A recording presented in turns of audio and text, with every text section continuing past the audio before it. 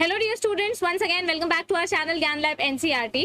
तो आज मैं आपके लिए लेकर आई हूँ एक बहुत ही इंपॉर्टेंट वीडियो जो नीट एनसीईआरटी के नीट के हमारे 2023 के स्टूडेंट्स हैं उनके लिए बहुत ही ज़्यादा हेल्पफुल साबित होने वाली है। इस बेसिकली वीडियो में हम दो चीज़ों पर फोकस करेंगे। सबसे पहले पार्ट 1 में मैं आपको ये बताने वाली हूँ कि कौन से साइंटिस्ट ने क्या डिस्कवरी किया है। ये पीडीएफ आपको टेलीग्राम ग्रुप पर भी मिल जाएगा। दूसरे पार्ट में मैं ये बताने वाली हूँ कि कौन से ईयर में कौन सी इंपॉर्टेंट डिस्कवरी हुई है। दोनों वीडियोस अपलोड होने के बाद आपको दोनों का एक कंपाइल्ड पीडीएफ हमारे टेलीग्राम ग्रुप पे मिल जाएगा और हमारे टेलीग्राम ग्रुप का नाम है ज्ञान लैब एपी। क्या नाम है हमारे टेलीग्राम ग्रुप का? ज्ञान लैब _AP। कुछ 23-24,000 सब्सक्राइबर्स हैं, वो वाला ग्रुप आपको ज्वाइन करना है। तो जैसे ही ये दोनों वीडियोस मैं आपको अपलोड कर देती हूँ वैसे ही आपको ये टेलीग्राम ग्रुप पे पीडीएफ मिल जाएगा। चलो स्टार्ट करते हैं। मैं आपको जो लिस्ट बताने जा रही हूँ इसमें आपके एनसीईआरटी के सारे क्लास 11th और क्लास 12th में जितने भी साइंटिस्ट हैं उन्होंने जितनी भी डिस्कवरी की है उन सबकी डिटेल्स मैं यहाँ देने वाली हूँ।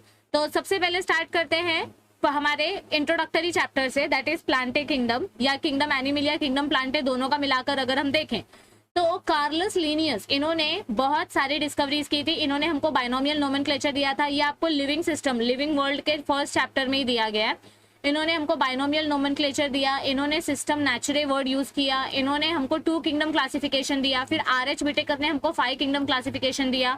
ये सब आपको लिविंग वर्ल्ड वाले चैप्टर में दिया हुआ है। 5 किंगडम क्लासिफिकेशन कौन सा था? Monera, fungi, animalia, Plantae and yes kingdom Monera, kingdom fungi, kingdom animalia, kingdom Plantae और 5वां किंगडम कौन सा था? बोल, अभी मुझे भी याद नहीं आ रहा है नाम। सो ये 5 किंगडम सिस्टम्स हमको आरएच विटेकर ने दिए। फिर उसके बाद डेल्टन, हुकर और जॉर्ज बेंथन ने हमको नेचुरल क्लासिफिकेशन सिस्टम दिया। एरिस्टोटल ने हमको साइंटिफिक बेसिस ऑफ क्लासिफिकेशन का एकदम अर्लीस्ट एक्सप्लेनेशन दिया।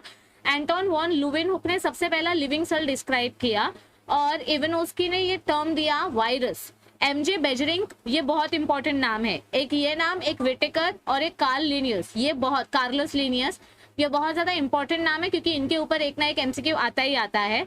वायरॉइड टर्म किसने दिया था? डीनर ने या डाइनर जिसको आप बोल सकते हो। So he discovered the term viroids and Stanley showed that the virus could be crystallized and crystals consist large number of proteins। तो ये जो स्टार मार्क मैंने किए हैं, ये स्टार मार्क वाले नेम आपको कंपलसरी याद करने हैं। न्यूक्लियस रॉबर्ट ब्राउन ने डिस्कवर किया। मैथ्यू श्लीडर ने हमको बताया कि he examined plants and observed that all the plants are composed of different kinds of cells।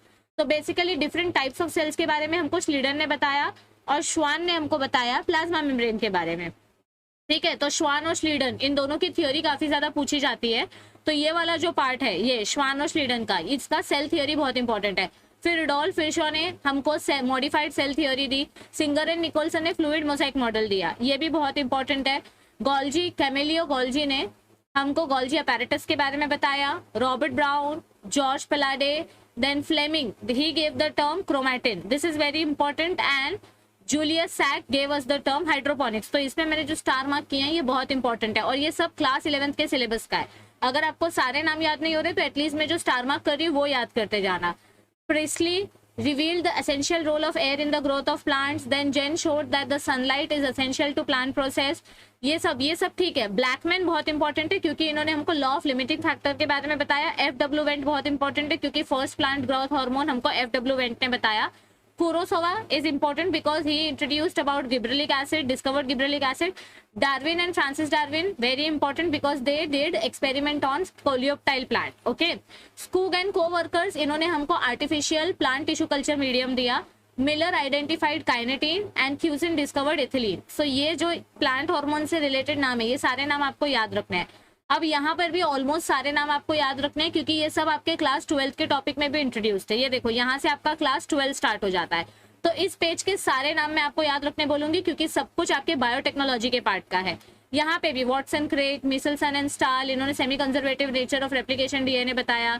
George Gamow ने हमको जेनेटिक कोड के बारे में बताया। G Gamow, yes, Hargobind Khorana won Nobel prize for that. Nirenberg, Matthaei, ये सब आपके महाराष्ट्र बोर्ड के सिलेबस में भी है, आपके एनसीईआरटी के सिलेबस में भी है।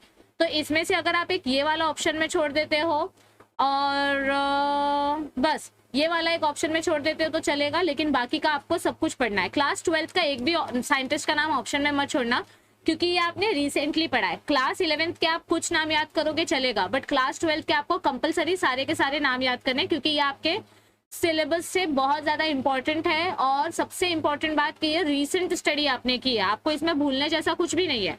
जैसे देखो अभी यहाँ पे origin and evolution of life के बहुत सारे डिस्कवरीज हमको बताई गई। इसमें Hardy Weinberg, Hugo de Vries, Charles Darwin बहुत इंपॉर्टेंट है। लेमार्क की थ्योरी क्या थी, कार्ल म्यूलिस ने हमको क्या बताया, कोहेन और बोयर ने हमको फर्स्ट रिकॉम्बिनेंट डीएनए यानी कि आरडीएनए टेक्नोलॉजी के बारे में बताया।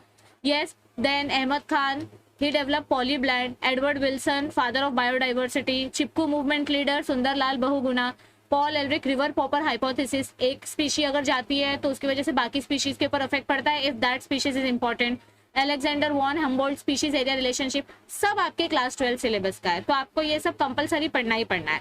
तो इसका जो पीडीएफ है, ये पीडीएफ आपको हमारे टेलीग्राम ग्रुप पे मिल जाएगा। टेलीग्राम ग्रुप का नाम है ज्ञानलैब_AP, और हमारी चैनल को आप सब्सक्राइब करके रखो, क्योंकि यहाँ पे आपको बहुत सारे इंपॉर्टेंट अपडेट्स और इंपॉर्टेंट नोटिफिकेशन मिलते रहते हैं। मैं एक बार फिर से याद दिला दूं, जिन बच्चों ने अभी तक नीट का फॉर्म नहीं भरा है, आज आपकी फाइनल 2 बार एक्सटेंड की हुई लास्ट डेट है, ठीक है।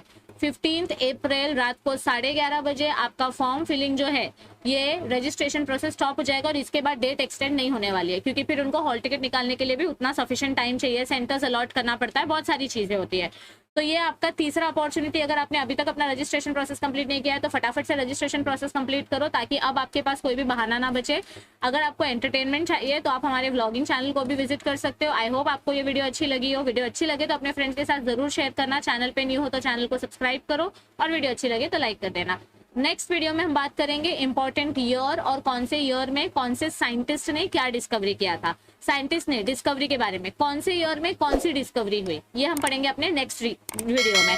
और ये दोनों का पीडीएफ आपको हमारे टेलीग्राम ग्रुप पे मिल जाएगा। सो टेलीग्राम ग्रुप अभी ज्वाइन करके रखो। Bye bye everybody, all the best for your preparation. Thank you, see you soon.